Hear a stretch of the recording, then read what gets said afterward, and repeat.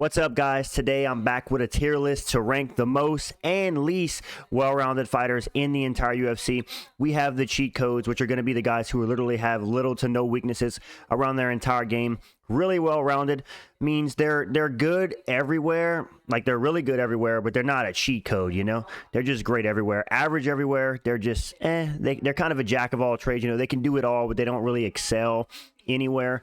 One path to victory means they're capable in most areas, but they have a clear path to victory. And one-dimensional is obviously they're one-dimensional. They're only good in one area, and if you can get past that area, you're going to dominate them. That's the tiers for today. We got 33 fighters for this video, so let's get right into it. Starting off with Darren the Gorilla Till. We're going to throw right into one-dimensional. Listen, I love Darren Till, one of the best and funniest fighters to watch coming up in the UFC, but it's no secret Darren Till was one of the most one-dimensional fighters we've ever seen. Little to no grappling, no wrestling, no jiu-jitsu defense, just literally a left hand. Muay Thai left hand. That's all Darren Till had. So if you can get past that, you were going to beat up Darren Till, and that showed towards the end of his UFC career. Moving on to the next fighter on this list, good old Marvin Vettori, one of my favorite fighters to pick on. This guy is the definition of average everywhere. Marvin Vettori does not excel anywhere. He has average striking, he has average wrestling, average jiu-jitsu. He's just a jack of all trades. Marvin Vettori is the definition of a meathead. He just gets in there and he just tries to do everything all at once, and that's part of the reason why he's never been that great, because he just doesn't excel, and that can only take you so far when you're just average everywhere. So yeah, Marvin Vettori, perfect example of the average everywhere tier. Moving on to the next fighter, Sean O'Malley. I'm going to throw Sean O'Malley in the one path to victory. Listen, Sean O'Malley's capable in areas. He's won jiu-jitsu competition, so I think his jiu-jitsu might be underrated. We just haven't really seen it tested much. His wrestling leaves a lot to be desired, shown against Merab, but Merab does that to everyone. But Sean O'Malley, I wouldn't say is one-dimensional. He has one path to victory, which is in the striking, but he's capable enough to hold his own in other areas and not get completely destroyed if it were to hit the mat. So yeah, I think Sean O'Malley is a one path to victory kind of fighter. Moving on to the next one, we got Kron Gracie, one of the most one-dimensional fighters in UFC history, and literally tries to apply the 90s logic to just pull guard and try to M&R roll around the cage looking like an absolute idiot and get beat up by Bryce Mitchell or anybody. The fact that anybody in the UFC's lost a fight to this guy is insane, because he's one of the most embarrassing modern-day fighters we've ever seen. So yeah, Kron Gracie might be the most one-dimensional fighter in modern-day MMA. And yeah, he shouldn't even be in the UFC anymore. So he's obviously going to slide into that one-dimensional spot. Moving on to Belal Muhammad. Belal Muhammad's one of the most well-rounded fighters in the UFC. Not quite a cheat code, because he doesn't really possess that danger to finish the fight, and isn't like, I don't know, he's not, I guess that's the point I'm making. He's not really dangerous. I guess you don't have to be dangerous to be well-rounded, but he's really well-rounded. He's got great striking. He's got great wrestling. He's got great BJJ.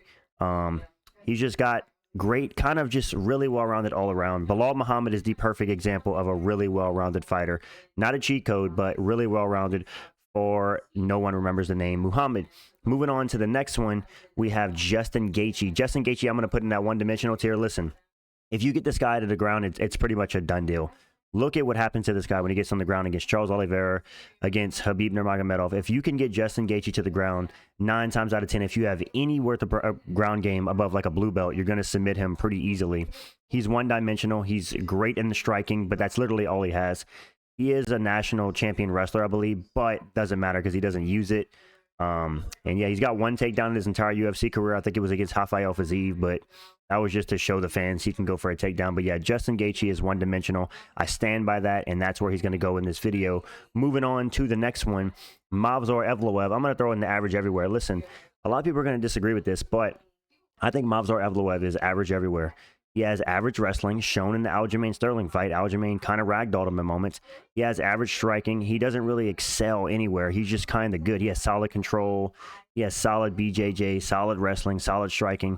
So I think Movsar is average everywhere, but he's probably better. I'm going to put him above Marvin Vettori, because although he's average everywhere, he is better than Marvin Vettori being average everywhere. He's not really well-rounded, I wouldn't say. He's not quite there yet, because anytime he fights a top-level guy, he kind of fights to a really close fight and barely wins. So I don't know.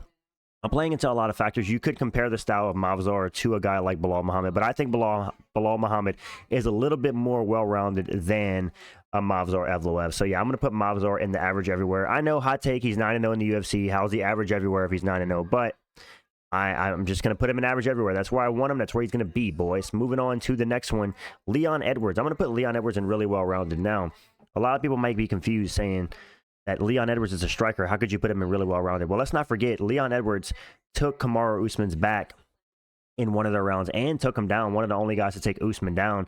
He also got Bilal Muhammad's back in somewhere in the fight. So Leon Edwards is a very capable wrestler slash jiu-jitsu guy. He's just very underrated because he chooses to strike most times, and he's obviously one of the best strikers in the welterweight division. So I think Leon Edwards has made his game into very well-rounded. And is he as well-rounded as like a Bilal Muhammad? No, obviously not. That's why whenever Bilal fought him, he beat him handily for the most part. It was a decently close fight, but Bilal won 48-47. But yeah, Leon Rocky Edwards, in my opinion, is really well-rounded. Hot take, maybe, but yeah, that's where I have him. Moving on to another fighter, we're going to have Tom Aspinall, really well-rounded as well. Listen, Tom Aspinall, I can't put him in cheat code because we don't know enough about his wrestling. We know a little about his BJJ, but Tom Aspinall is one of the most dangerous finishers we've ever seen in UFC history. I mean, you want to talk about a guy who can finish you on the feet, who can finish you on the ground, who can choke you out. He's as dangerous as they come. No wonder Jon Jones has been hiding under the octagon since Tom Aspinall came on the scene. But yeah, for me, Tom Aspinall is really well-rounded. I can't put him in cheat code because I don't know if he's a cheat code. We haven't seen certain areas of his game tested yet. So yeah, really well-rounded for my boy Aspinall. Moving on to the next fighter, Max Holloway. I'm going to put Max Holloway in one path to victory. Listen, Max Holloway, let's be honest, he's not a jiu-jitsu guy. He's not a wrestler. I know he went for wrestling in the Yair fight in the end of the fight whenever he was kind of getting tagged on the feet. But at the end of the day, Max Holloway is a volume striker. He has one path to victory. He's kind of like a Sean O'Malley. Like, he's capable enough to keep it standing and keep it in his realm. But if it does end up on the ground, he's not a fish out of water. Max Holloway's not going to easily be bullied or submitted on the ground. He can make his way back up to his feet and probably win the fight standing. So yeah, Max Holloway, Sean O'Malley, perfect fighters that show an example of what one path to victory looks like. Moving on to the next guy, Georges St. Pierre, we're going to put in cheat code. Listen, Georges St. Pierre is one of the most well-rounded fighters we've ever seen in the history of the UFC. We're talking about a guy who developed his MMA wrestling while training MMA. He didn't have any like national championships or like Olympic level wrestling. He literally developed MMA training and developed MMA wrestling training for MMA, which is extremely impressive considering how good he was in the wrestling department. And he had one of the best jabs in MMA. He had great takedown defense, good jiu-jitsu. So yeah, I think Georges St. Pierre's skill set was an absolute cheat code. One of the most well-rounded fighters we've ever seen in the history of the sport. So yeah, we're going to give GSP his flowers and put him in that cheat code spot. Moving on to the next one, we're going to go Sean Strickland. Sean Strickland in the one path to victory tier. Listen, Sean Strickland has shown if he gets taken down to the ground, he's not a complete fish out of water. He has gotten submission wins in the UFC way back when in his debut, I believe. And like I said, he's been taken down by Dricus and he's gotten up. Obviously, his one path to victory is going to be on the feet with his Philly shell striking and teeps, jabs and teeps. But he isn't a one-dimensional fighter, you know? If it does go to the ground, like I said, he has an ability to get up and not be a complete fish out of water. There's no way I could put Sean Strickland on a level of Kron Gracie and Darren Till. So I'm going to have Sean Strickland in that one path to victory tier for me. Moving on to the next one, we're going to have the Killer Gorilla who just fought this weekend. I'm going to throw Jared Cannonier in that average everywhere. Listen, I like Jared Cannonier, but I don't really see him excel anywhere. He's got decent grappling. He's got decent wrestling. He's got decent striking. He's just kind of decent everywhere. He's like a better version of Marvin Vettori. I'm going to put him over Marvin Vettori because Marvin Vettori is literally Marvin Mediocre Vettori, as we call him. But Jared Cannonier is like an upgraded version of Marvin Vettori. I can't say he's really well-rounded, so I think average everywhere is a more fitting put for Jared Cannonier. He's shown that he's capable on the ground. He's shown that he's capable on the feet, and he's got solid wrestling, solid grappling, solid striking. So obviously in his career, he's probably excelled a little bit more at the striking than other areas, but for me, he's average everywhere, so that's where I'm going to put him. Moving on to the next fighter, we got Michael Venom Page. I'm going to throw Michael Venom Page in that one-dimensional tier. Listen, Ian Machado Gary, as much as you hated the performance, proved that Michael Venom Page is a one-dimensional fighter. If it hits the mat, Michael Venom Page is not doing anything.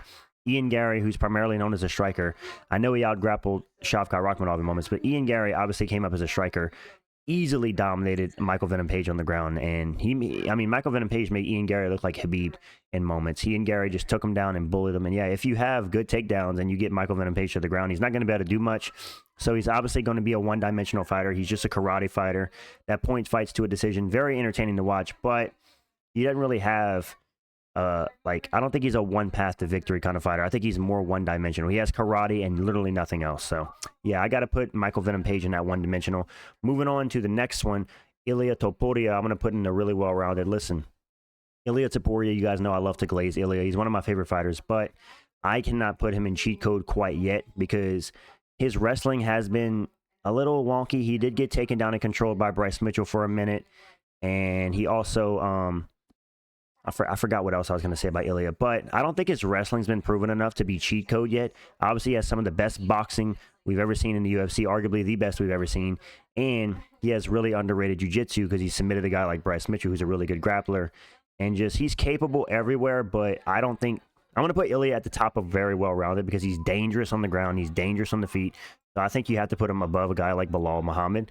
But in my opinion, I don't think he's a cheat code quite yet. We need to see more out of Ilia. If he goes out there and submits Volkanovski or submits Islam Makhachev, then I'd say maybe you could throw him in that cheat code category. But for now, I have him at the top of very well-rounded. Moving on to the next one, we're going to have Arnold Allen. I'm going to throw Arnold Allen in the average everywhere.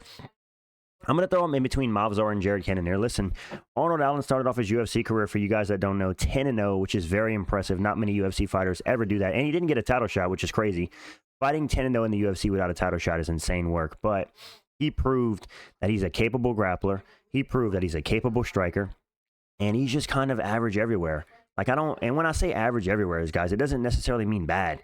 Like, you can be average everywhere and just not be really well-rounded, if you know what I'm saying. There's like a small cut above the rest. Like, I'm not sure how to explain it, but I think Arnold Allen and Movzar Evloev have a very similar skill set in the sense of they're just kind of great everywhere. Obviously, you could say Movzar excels in like the control and the grappling, which is be fair, but I still don't think he's like well-rounded enough and dangerous enough to say he goes in really well-rounded. I don't see that. So yeah, I'm going to keep Movzar and Arnold Allen in that average everywhere tier. Moving on to the next fighter, Khamzat Chimaev. I'm going to put Khamzat in the one path to victory. Let's be real. If Khamzat doesn't get you down in the first round and submit you, he's going to have a tough time. Shown in the Kamaru Usman fight where he dropped the last 2 rounds to Usman, arguably making that fight a draw. And then he fought Gilbert Burns on the feet, who actually dropped him in the fight, but he did decent in that fight. And obviously, he's gotten one-punch KOs against Ikram Aliskerov and Gerald Meerschaert. But I don't know if Khamzat is capable enough in the striking to put him in really well-rounded. I don't see that. He's obviously has one path to victory because he literally darts across the octagon in the first opening bell, and he just spams a takedown right away. And if he gets it, you're probably going to get choked out. So, yeah, for me, Khamzat Chimaev has one path to victory, and that is the wrestling. And if he doesn't get it, he's probably going to fade and get finished in the later rounds by really elite guys like Dricus and others in company, Nasruddin Imavov, who knows.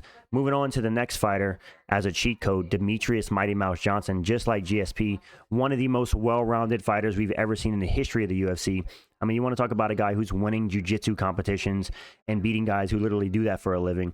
One of the best strikers, some of the best Muay Thai, really underrated wrestling, submitting black belts, great BJJ, underrated power, knocking out guys. So yeah, Demetrious Johnson is literally the definition of a cheat code. Him and GSP, to have such a well-rounded skill set and be able to just finish guys where they're the best at is so impressive. And I feel like GSP and Demetrious Johnson live up to that name, that moniker, if you will. So yeah, I got to have them both in the cheat code section, in my personal opinion. Moving on to the next one, Big Ankalaev fighting Alex Pereira, coming up at UFC 313. I think Big Ankh is going to be in really well-rounded. Listen, Big Ankh, he's obviously touted as the best wrestler at light heavyweight, even though he doesn't show it much. But at the end of the day, he is a striker. But I wouldn't say it's his one path to victory, because he showed in the Jan Blachowicz fight, if the striking doesn't work, he can take you down and beat you up on the ground. So I think Ankalaev, although at the bottom of really well-rounded, I wouldn't put him at the top of it. He's at the bottom. I'm actually going to put Tom Aspinall above like a Bilal Muhammad. And I'm going to put Bilal Muhammad, Leon, and then I'm going to have Big Ankh. He's great. He has great underrated boxing. He has good power. He has great wrestling, but he doesn't really have a Brazilian Jiu-Jitsu game. But for a light heavyweight and for those standards, I am going to put him at really well-rounded. A lot of guys are going to scoff at that and say he should be average everywhere, and that's fair enough if you want to put Big Ankh. But I think he's earned his way at the top, beating so many top guys. I think it's fair to say Ankalaev is very well-rounded. Moving on to the next fighter, Derek the Black Beast. I'm going to put Derek Lewis in the one-dimensional tier. Listen, I love Derek Lewis, one of my favorite fighters to watch. One of the most entertaining guys to watch. You already know he's going to say something wild after he wins his fight. He's going to talk about just something, his balls were hot or something insane. But yeah, Derek Lewis shown throughout his career that he's just a brawler. He's got a big punch, and if you can get past that big punch and avoid it, you're going to beat him up. Tai Tuivasa beat him up. Who else beat Derek Lewis up? Was it Mark Hunt beat him up? I mean, I can go down the list. Cyril Gahn beat him up. Daniel Cormier beat him up. Derek Lewis has literally been a punching bag for the entire heavyweight division. Sergey Pavlovich beat him up. So yeah, if you can get past his one big punch and land a big punch over your own, Derek Lewis is one of those guys that is going to wilt, and probably you're going to finish him. So yeah, Derek Lewis is as one-dimensional as they come. It's still crazy that he has the most knockouts in UFC history despite being as one-dimensional as he is. That just goes to show that at heavyweight, all you need is a big punch and you're good to go. Moving on to the next one, I'm going to put Paul Craig as well in that one-dimensional tier. Listen, if Paul Craig doesn't get you down to the ground and get you in his guard, he's going to be absolute garbage. As shown in the Bo Nickel fight, he did absolutely nothing on the feet in that fight. And anytime Paul Craig's on the feet, unless he's fighting Bo Nickel, he's in danger of getting KO'd. I think he got KO'd by Cal Baraujo, and I forgot who else he got KO'd by, but he's been KO'd a bunch. He's also been submitted on the ground by Brendan Allen. He's been submitted a couple times too. So it's not like he's like this completely grappling wizard. He just has a very dangerous guard, and that's pretty much all he has. Paul Craig been in MMA for, 12, 13 years and still can't strike to save his life, so I don't know what this guy's been training. But for me, he's very obviously a one-dimensional fighter. Moving on to the next fighter, we're going to throw Henry Cejudo in that average everywhere tier.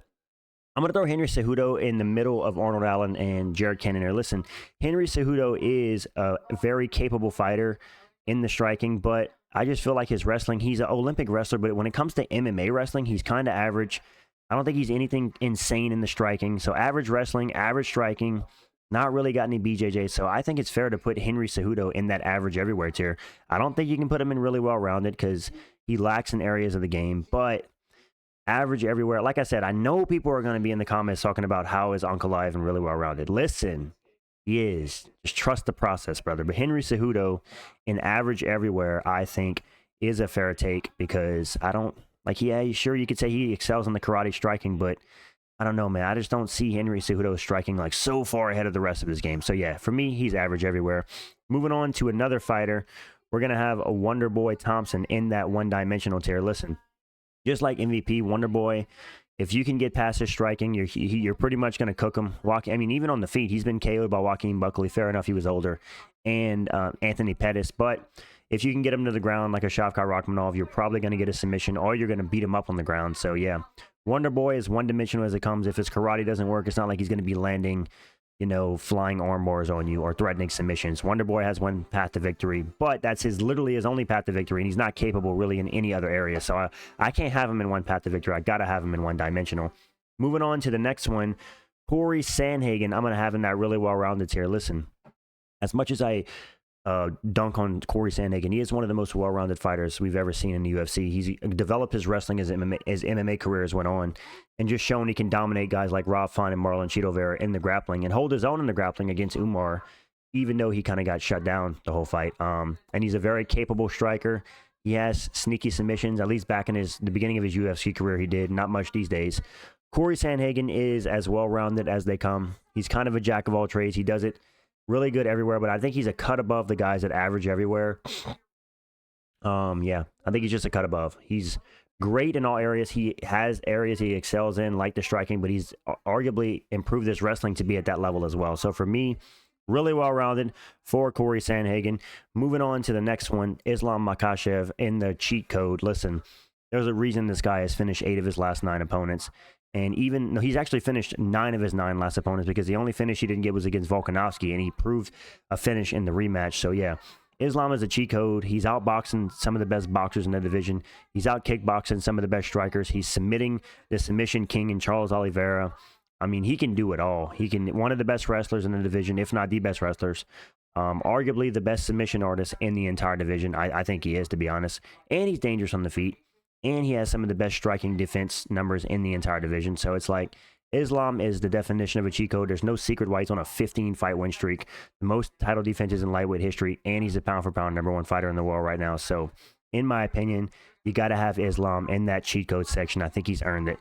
Moving on to the next one, Aljamain Sterling. We're going to throw in that one path to victory. Listen, I love Aljamain Sterling, and he's proven that he's decently capable on the feet. He has some very unorthodox striking And it's not like he's a complete fish out of water on the feet, but his clear path to victory for me is going to be his BJJ. At the end of the day, Aljamain Sterling wants to get to your back, lock a body triangle, and just beat you up while threatening submissions the rest of the round. But I don't think he's one-dimensional because he has shown capable on the feet. Like if it is on the feet and he can hold his own, and it's not like he's going to get completely KO'd or destroyed unless he's fighting Sean O'Malley on the feet. So yeah, Aljamain Sterling has one path to victory, and that is going to be his grappling. Moving on to the next fighter who also has one path to victory, it's going to be Paddy Pimblett. Listen, Paddy Pimblett, I contemplated putting him in one-dimensional because he's obviously a grappler, but he's had fights where he's on the feet. Like he fought a fight against Bobby Green where he was on the feet and he did okay. He's gotten KOs in the UFC on the feet. He stood and banked with some guys, but he knocked Tony Ferguson down on the feet, which I know that was a past his prime Tony Ferguson. Maybe in the beginning of his UFC career, I would have put Paddy in one-dimensional, but I think he's proved that he has one path to victory, and it is the grappling. But he can keep it standing on the feet and hold his own in the striking if he needs to. Obviously, sometimes he leaves his chin straight up in the air for you to hit, but I think Paddy still deserves to be in one path to victory. Moving on to the next one, we're going to have Alex Pereira, which I'm going to put in one path to victory, and that's going to be the striking. And the reason I'm putting him in one path to victory and not one-dimensional is because he has been taken down by guys like Jan Blachowicz. And Jan Blachowicz didn't just submit him easily. Alex Pereira worked his way back up to the feet and then fought enough to win himself a split decision in that fight. So for me, he did enough against Jan Blachowicz for me to prove that he has one path to victory and he's not just one-dimensional, which is in the striking. Obviously, he's going to be striking. That's what he's going to be doing 99% of the time. He's not trying to look for submissions or anything, but I think he has very underrated wrestling defense that we're going to see in the Magomed Ankalaev fight. I think Ankalaev will get him down, but it's going to be very hard for Ankalaev to hold him down, and that's what's going to make the fight dangerous. So for me, Alex Pereira has one path to victory, and that's in his striking, but he's not a complete fish out of water if it hits the ground. He can somewhat defend. At the end of the day, this guy's training with Glover, who's a world-class jiu-jitsu artist. So, yeah. Speaking of guys who are one-dimensional, Israel Adesanya, I'm going to put in the one-dimensional tier. Now, a lot of people are going to scoff at that and say, how can you put Alex Pereira in the one path to victory, but Izzy in the one-dimensional? Because Israel Adesanya, anytime he's been put to the ground, has pretty much been dominated by Robert Whittaker, by Marvin Vettori. He's getting dominated and nearly finished on the ground, and Dricus submitted him. So I think that Izzy is just a cut under Alex in terms of like having one path to victory versus being one-dimensional. I think Izzy's just right under him, which is why Izzy has so many losses towards the end of his MMA career, because people have just figured out his style. He's getting older, he's getting slower, and people have figured him out. And if you can figure him out, it's not like Izzy's going to be shooting a double leg on you. And if you get him to the ground, you're probably going to hold him there. And yeah, I think Izzy is one-dimensional. Do I think he's one-dimensional as much as some of the other guys on this list? No. He's not as one-dimensional as a Kron Gracie or a Michael Venom Page or a Paul Craig, but he's definitely up there in terms of one-dimensional. So he's just going to go in that tier, and if you don't like it, well, that's just too damn bad. Moving on to the next one, we're going to go Nasruddin Imavov, who's going to be in the really well-rounded tier. You want to look at a guy who's the definition of really well-rounded, it's going to be Nasruddin Imavov. I mean, this guy is just, he's like an upgraded version of Marvin Vettori. Like, he's great everywhere, but he's not average everywhere. Like, he's really good everywhere. He's got great striking. He's got great grappling. He's got great wrestling. Like, he's just a jack of all trades, and he doesn't really excel in one area. Wherever the fight goes, he's capable. Well, I guess you could say he excels in the striking, but no matter where he goes, the fight goes, he's definitely going to be capable of doing something nasty to you. I mean, he just knocked out Israel Adesanya, so that should speak for itself at how good this guy's striking is. But proved against Brendan Allen, if it does hit the mat, he's capable there as well. So I think Nasruddin Imavov, I'm going to put him right under Bilal Muhammad. I think he's a very well-rounded fighter. Moving on to the next one, we're going to have Yair Rodriguez, who obviously has one path to victory. I don't think Yair is one-dimensional because he did show in the Brian Ortega 1 fight and in the Josh Emmett fight that he has underrated sneaky submissions. He caught Brian Ortega in, some would call a submission, and injured his arm, but people like to say that Brian Ortega got injured. Well, Yair Rodriguez caused that injury, and then he twisted Josh Emmett into a pretzel in their interim title fight. So Yair Rodriguez has sneaky grappling, but he definitely has one path to victory, which is going to be his kicks. If you're on the feet with this guy, you're always in danger of getting hit by a sneaky scissor kick to the head or just something dynamic in the Taekwondo. So yeah, I think Yair Rodriguez has one path to victory, and that's going to be his kicks, but he's not one-dimensional, you know? He's proven in other areas a little bit. Moving on to the next one, Dricus du Plessis. I'm going to have Dricus in the Right under Topuria for really well-rounded. Listen, Dricus came up as a grappler, but he's proven more technical than ever in his most recent fight with Sean Strickland. Held his own in the striking and beat the crap out of Sean Strickland for 5 rounds straight to the point where he broke his nose. And yeah, Dricus even stood up with Israel Adesanya toe-to-toe and eventually got a submission. So yeah, Dricus has solid wrestling. He has really good striking. He has really good jiu-jitsu. So I think Dricus is the definition of a really well-rounded fighter. And he proved that against Sean Strickland by dominating him in the rematch, which I predicted he would do. And if Khamzat Chimaev doesn't beat Dricus du Plessis, I don't think anybody in the entire middleweight division does. He's just that good. I think he smokes Nasruddin Imavov. I think he smokes Cal Barajo. I think he smokes Whitaker in a rematch. He's just too good. So Khamzat is the only chance for Dricus to be beat. And last but not least, Jon Jones is going to be a cheat code, obviously. Jon Jones, one of the most well-rounded fighters in UFC history. It's no secret why he's 28-1, and his only loss coming by way of disqualification to Matt Hamill, which was completely BS due to 12-6 elbows. But you could argue he lost to Dominic Reyes. But at the end of the day, Jon Jones has really good wrestling. He has really good jiu-jitsu. He has really good kickboxing. The only place Jon Jones lacks his entire game is boxing range. But outside of that, if you're on the feet with Jon Jones, he's going to be giving you fits, and it's going to be very hard to get on the inside as he has an 84-inch reach advantage, and he has nasty eye pokes, on top of having some of the best wrestling in the higher weight classes we've ever seen. And yeah, so this is the list, guys. Cheat code, really well-rounded, average everywhere, one path to victory, and one-dimensional. Let me know what you guys would change in this video. This is a really fun video to make. I like making these kind of tier lists to decide who's the most well-rounded fighter in the UFC and the least well-rounded. So yeah, let me know what you guys think in the comments. Like the video if you enjoy these kind of videos. Subscribe to the channel if you're new.